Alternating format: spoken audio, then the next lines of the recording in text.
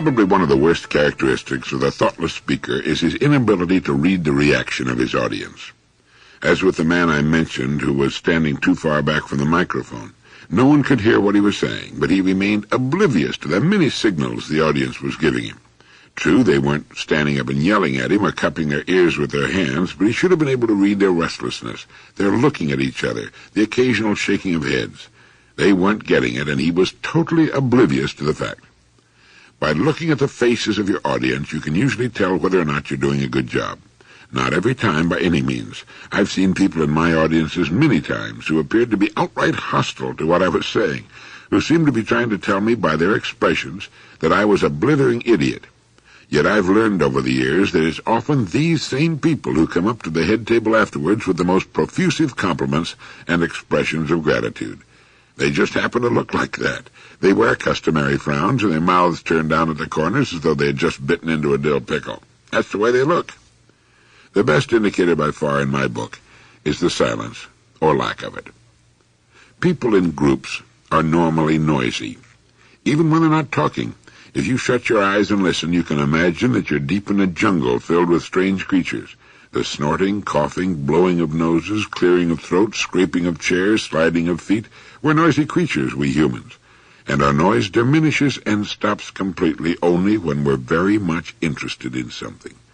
Only when we're trying to hear something very clearly. Then, we're totally silent. And that's the feedback you're mainly looking for. Silent attention. It's the best indicator in the world that you're succeeding as a speaker. We've all heard the expression, he held the audience in the palm of his hand. I don't go along with that. It's his subject and the way in which it's delivered that does the job. Nor are we, nor will anyone get absolute silence during an entire speech. People are going to make a certain amount of noise, as someone suddenly has to cough or blow his nose or knocks over something. I've had sounds come from audiences you wouldn't believe, and no speaker, no matter how accomplished, is going to do a perfect or even near-perfect job every time. Even Jack Nicklaus loses tournaments. I saw him shoot in the 80s one time at Pebble Beach, and no matter how good you become at judging what the so-called silent audience is trying to say to you, how they're reacting to your speech, you're going to be better on some days, worse on some days, bad on some days, and absolutely magnificent on some days. If you can hit a high good average, you're doing a good job. But sometimes you don't feel well yourself. You're just down. And even when you give it all you've got, it's not going to be as good as it will be on days when you're up, when everything's right. Keep in mind, too, that there may be one or more people in the audience who do not react well to you and what you're saying. Don't keep looking at them. Look at the people who agree with you. It's better for your morale. But it's good to be aware that you have people in your audience who are unimpressed. It makes you try to do better. If someone falls asleep while you're talking, don't take all the blame. He probably needs his sleep. I've been asked many times what I think about the learning while you sleep techniques we've heard of from time to time. You're supposed to put a speaker under your pillow and listen to tape recordings while you're asleep. The theory is that you'll actually learn the material being listened to. My response is that I used to fall asleep occasionally in school, but I don't remember learning anything. If you've been doing much public speaking, you remember how you felt the first time someone in your audience stood up and walked out of the room. Your stomach dropped out. A dry constriction grabs the back of your throat. Often the new speaker will be so flabbergasted and surprised you'll stop talking, stunned. It hadn't occurred to him that someone might just get up and walk out of the room for any one of 10,000 excellent reasons. He may have to keep an important engagement. In fact, I've had thoughtful people come up to me before a speech to tell me that they would have to leave before I finished. The hardest thing for a beginning speaker to get used to is that people have lives to live, which they consider more important than listening to a speech, no matter how interesting. And when they have to do whatever it is, they must rise and quietly walk out of the room. It does not mean that they're walking out because they don't like your speech or because they're in angry disagreement with you. Haven't you ever had to leave a speech before it ended? I have. Yes, but it's always disconcerting. And those of us who are extremely sensitive to criticism will always feel a stab of self-doubt when we see a deserter get up and leave. It is not feedback, however, necessarily. It can be, But if you're not on an extremely controversial subject involving politics or religion or a sensitive local issue, chances are the deserter simply has to leave for personal reasons, and it's no reflection whatever upon your ululations. In fact, he's usually embarrassed to have to make such a stir. Well, the whole idea of this message is to help us be aware of and sensitive to, but not too sensitive, to audience feedback. An audience is responding to the speaker at all times. They respond with their attention or the lack of it, with their body movements, with sounds like a zoo at midnight. They're human beings with all kinds of problems you and I don't know about.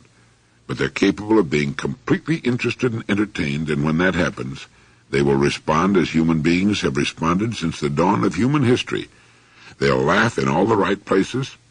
They'll be moved by sadness and poignancy and will cry at the right places. And they'll be absolutely silent when you have their complete interest. Don't concern yourself with trying to win every member of the audience, especially if your subject is one of social criticism. If you're indicting modern education, you're not going to throw the teachers in your audience into paroxysms of helpless laughter. No matter what your subject may be, you're bound to have listeners who are not in agreement with you, unless you're giving them pure, unadulterated pap. Trying to win over every member of your audience is an impossible and thankless task. The important thing is your subject and what you're trying to say. You're not there to please your audience necessarily. You're there to inform them. And if somebody jumps up in a huff and storms out of the room in very obvious objection to what you're saying, don't worry about it. Remember, there were those who disagreed with wise, kind Socrates. Don't attempt to manipulate your audience. Don't play God. Say what you have to say in the very best way that you can say it. Close, thank the nice people, and sit down. You'll instantly know how good you were by the response. If they leap to their feet as one person, clapping and shouting approval, try to get a quick picture of it, because the chances of it ever happening again are very slim. It does happen, but don't ever try for it. Remember what you're trying to do, and do it the best you can. Learning to watch for audience reaction and feedback is the mark of a sensitive, conscientious speaker. I think they're the best kind, and I'm sure you'll be one. Thank you.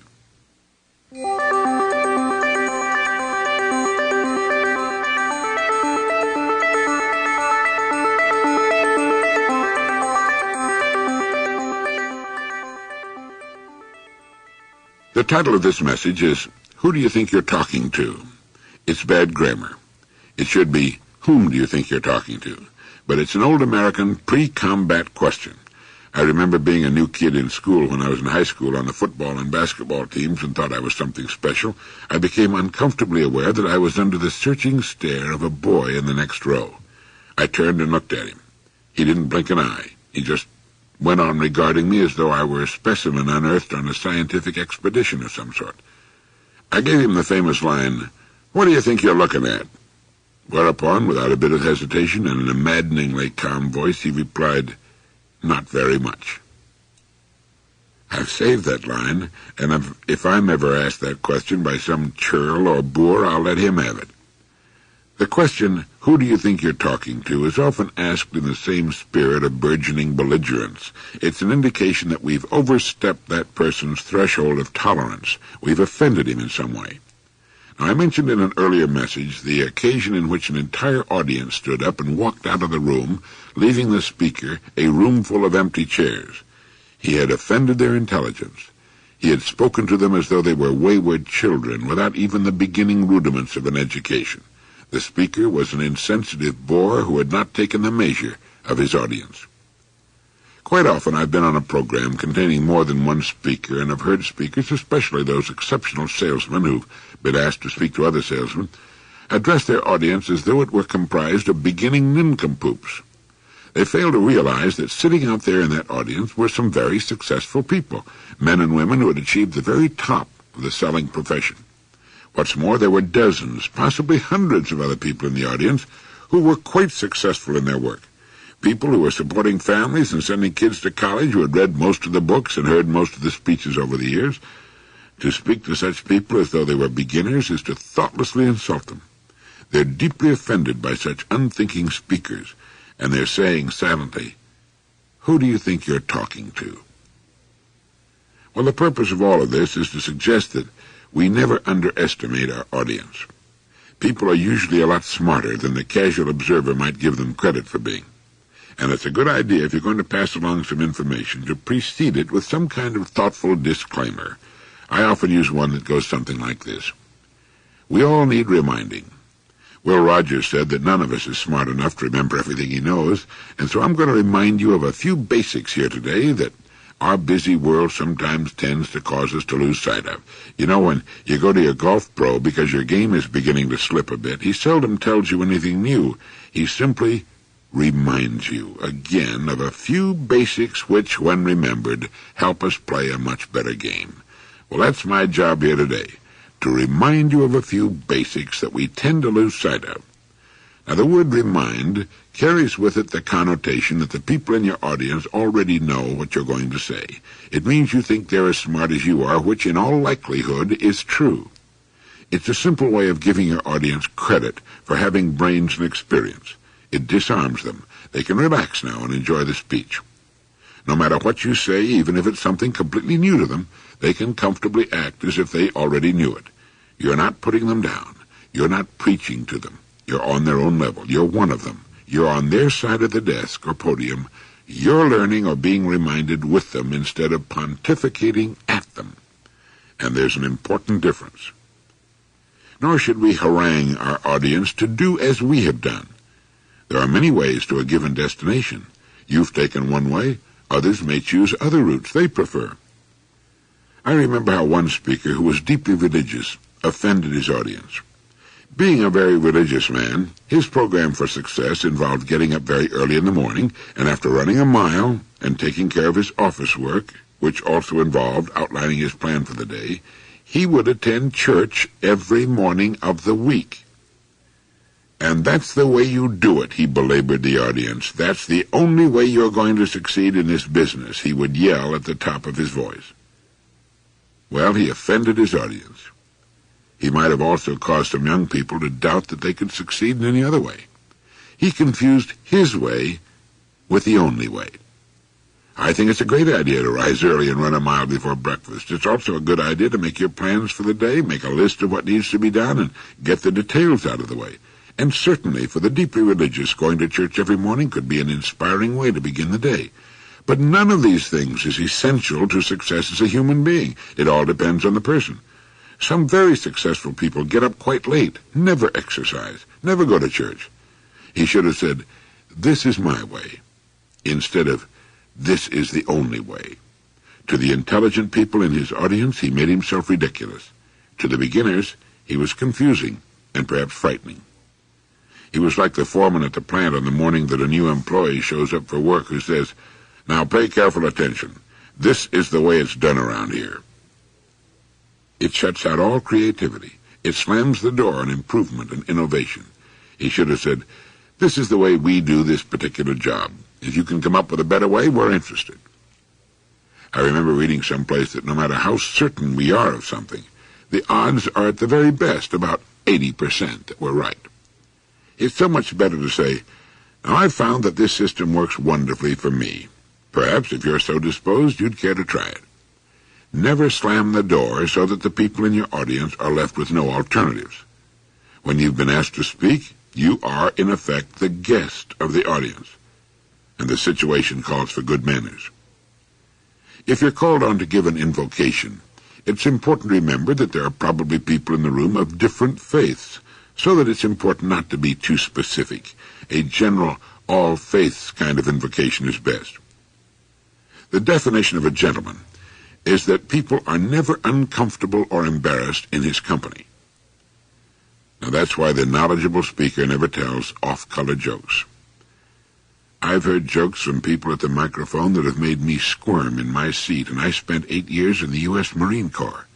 I've heard stories like that when women were present. It's unforgivable. It's in execrable taste. It's low class. Even if women aren't present, many men are deeply offended by dirty jokes.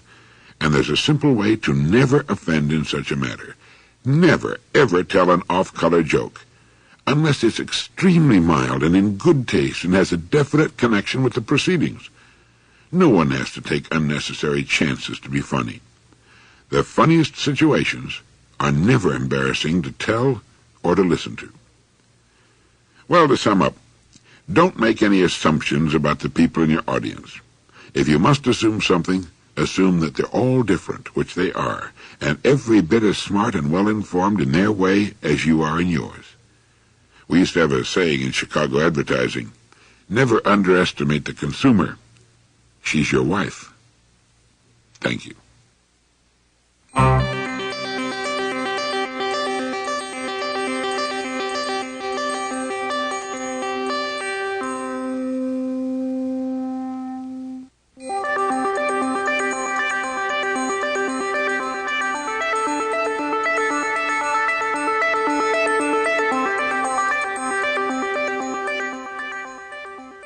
There's an old story about a farmer working in his fields who was hailed by a passing stranger. After exchanging greetings, the stranger said, "I'm planning to settle up ahead in the next town. What are the people like up there?" And the farmer asked, "What were the people like where you came from?" "They were terrible," answered the stranger. "They complained all the time. They were miserable to talk to and to do business with, very unfriendly." "You'll find the people in the next town are the same way," the farmer said. And the stranger rode on, shaking his head in his unhappiness. Soon another stranger came by, and by coincidence asked the farmer the same question. "What were the people like in the town you came from?" the farmer again asked. "They were wonderful people, warm, genuine, and friendly," the stranger said. "You'll find the people in the next town are exactly like that," replied the farmer. And the same good advice applies to audiences. They will respond to our attitude. It's uncanny the way an audience can sense the true feelings of a speaker. It's as though the speaker and his audience were connected by invisible wires. They cannot know what's bothering him unless there are visible manifestations of nervousness or stage fright, but they sense that all is not right, and they become wary, on edge. Every speaker of quality, I believe, suffers from nervousness before a speech, the degree of it depending upon the makeup of the audience he's to face. But like most, I feel that's a good thing. It puts us on our mettle. We get up for the speech, as they say, and we work hard at doing a good job. I find it helps me a great deal if I can develop a kind of love for the audience before I begin to talk. Now, by love, I mean a feeling of agape, which originally meant a feeling of love between Christians, but which can certainly include all people regardless of their religious leanings. It's a feeling of brotherhood. After all, we all belong to the same club, the same species. Our humanity is our membership card, and we can develop a feeling of liking, of being glad we're there at that moment. And I believe that feeling is transmitted to the audience. Audiences, I think, like most people most of the time, seem to dwell in a kind of neutral. They're not particularly negative, nor are they particularly positive. They're waiting to respond to whatever stimulus we provide. If it's good, if it's warm and positive and contains a feeling of love or liking or brotherhood, they seem to sense it and respond in a positive way. We've all seen cases, hundreds, thousands of times, in which a well-known, very funny comedian comes on stage. The audience knows he's very funny, and they begin to laugh even before he says anything particularly funny. He could say simply, "Hello," and they'd laugh. They are preconditioned to laugh. They're ready to laugh. They can hardly wait to laugh. His act is a big success even before getting started. Well, we don't always have that kind of preconditioned audience when we enter a room or appear at the microphone. We're often an unknown quantity. With time and experience, we can achieve the preconditioning of an audience, and it makes it much easier and better, but in the beginning we have to create a good mood within ourselves if we want a favorable initial response from the audience. By liking your audience before you begin, you set the stage, which is so important, for what you have to sell. We might call it the package in which you and your words are to appear. It's an important part of marketing, as we all know. Without it, with a cold or negative audience to overcome, it's much tougher. Remember the famous laws of physics that go, a body in motion tends to remain in motion until acted upon by an outside force. Conversely, a motionless body tends to remain motionless. It's harder to get a motionless body started than to keep a moving body moving. There's a book out which has a title that goes, if I remember correctly, The First 4 Minutes. I may be wrong on the actual words, but that's the idea of the book at any rate. The book talks about the importance of that first impression. We can overcome a poor or average first impression with a good speech and wind up a big success, but it's a lot better to begin a winner. So, like your audience, even if it's hard for you at first. Liking your audience will go a long way toward dispelling nervousness and stage fright. We enjoy talking to people we like. It's fun, and we can have a good time doing it. Most people are nice people. They want the same things you and I want. They want to enjoy your speech. They're looking forward to hearing you. Actually, you've got everything going for you, and there's no reason in the world to be fearful or consider the people in your audience hostile toward you. The fact that they're not all wearing big friendly smiles isn't important. They want you to succeed. They want to enjoy your speech. You can enjoy it with them if you begin with the right attitude, as you probably know. That word attitude, has been called the most important word in the language. It's magic. It can work wonders and overcome tremendous odds, and people tend to respond favorably toward a good attitude. It's believed and often said that if you get to know anyone really well, you'll like him. I don't know if I go along with that completely, but I'm sure it's true in the overwhelming majority of cases. Keep in mind that there's a human tendency in all of us, but the occasional 100% 18-karat boor, to underestimate ourselves and to unconsciously give more credit than we give to ourselves to others. We're a lot better than we tend to consider ourselves, and when it comes time to stand up there on your own and make that speech, well, it helps to muster confidence that you're there for a good reason. The people are good people. They want you to succeed, and they'll do all they can to respond favorably to you if you'll have the right attitude toward them. So like your audience, remember, you've been in a few audiences yourself. You know how you feel. Thank you.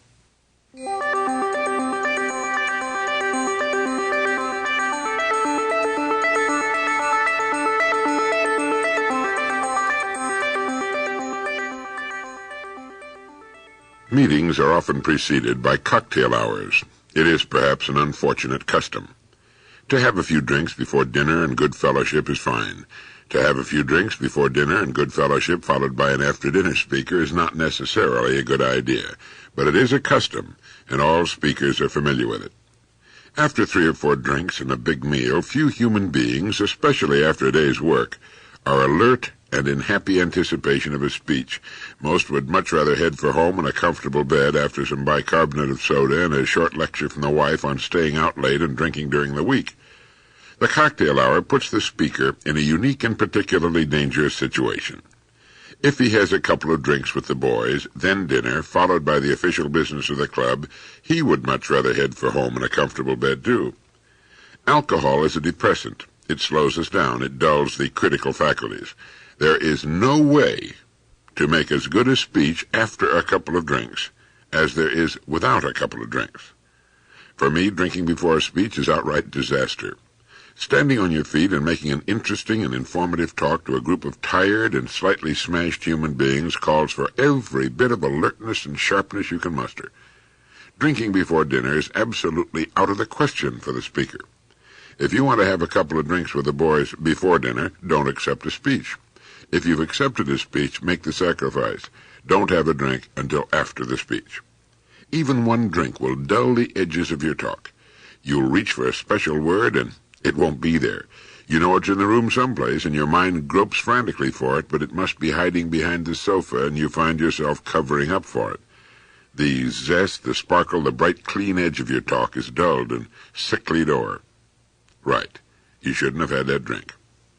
But you want to be relaxed. You want to be smiling and casual, one of the boys, so you have a drink.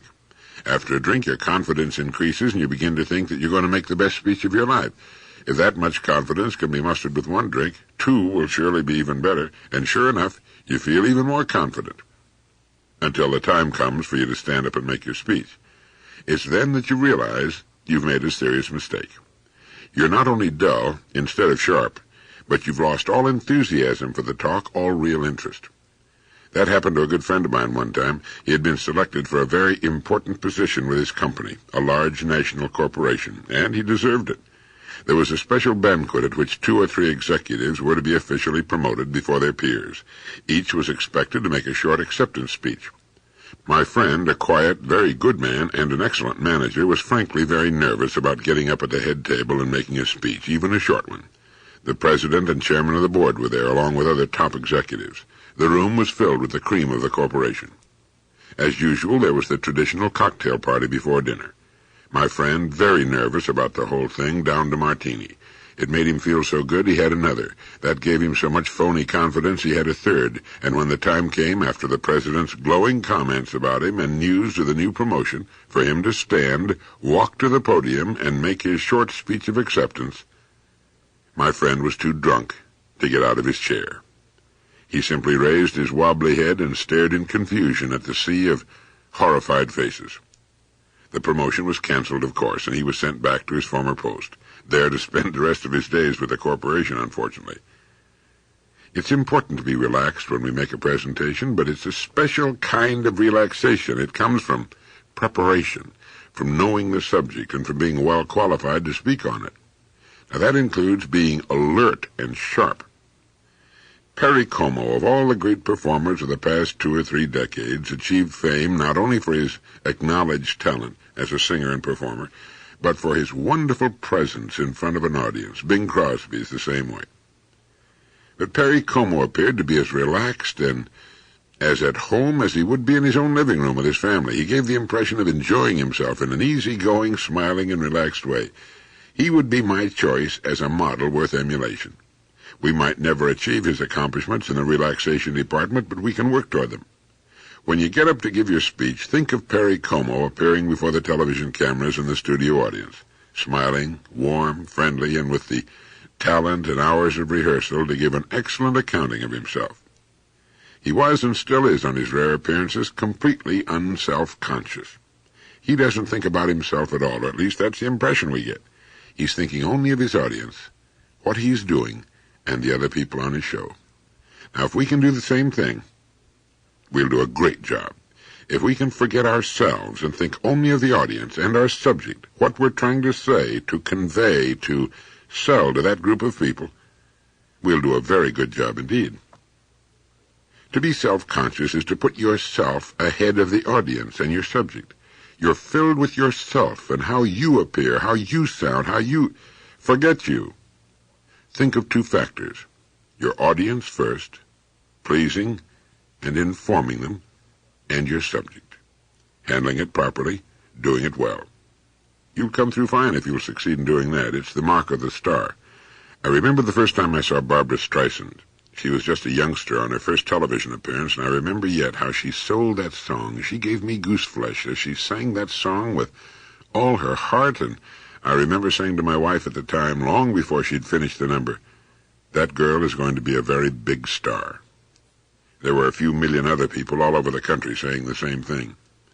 A homely, gawky little girl under the spell of that music became beautiful, and all we knew who were watching and listening was that we had never heard that song sung like that before. Barbra Streisand's and Perry Como's are, to be sure, anomalies, few and far between, like 50-carat diamonds. But if we want to be good at what we do, it pays to emulate the best, and the way to do that is to forget ourselves. The same is true of all great salesmen. They're not thinking of themselves, their commissions, or sales records. When they're in front of a customer, they're thinking of him and their product or service as an aid to him. In this way, we can achieve what some of the top athletes have called controlled relaxation. It comes from concentrating on the ball, in our case the speech, and where we want it to go, in our case the audience. Everything else will then fall into place. It doesn't mean that we lose track of time and talk too long. We can check that as we go along. It doesn't mean that we forget to use the mic properly and look at the people in our audience. We can do all those things if we're ready, if we know what we're going to say, and if we're sober and sharp. Being good at anything demands sacrifices of various kinds. It certainly applies to this curious business of standing up in front of the room and talking to a group of people. Thank you.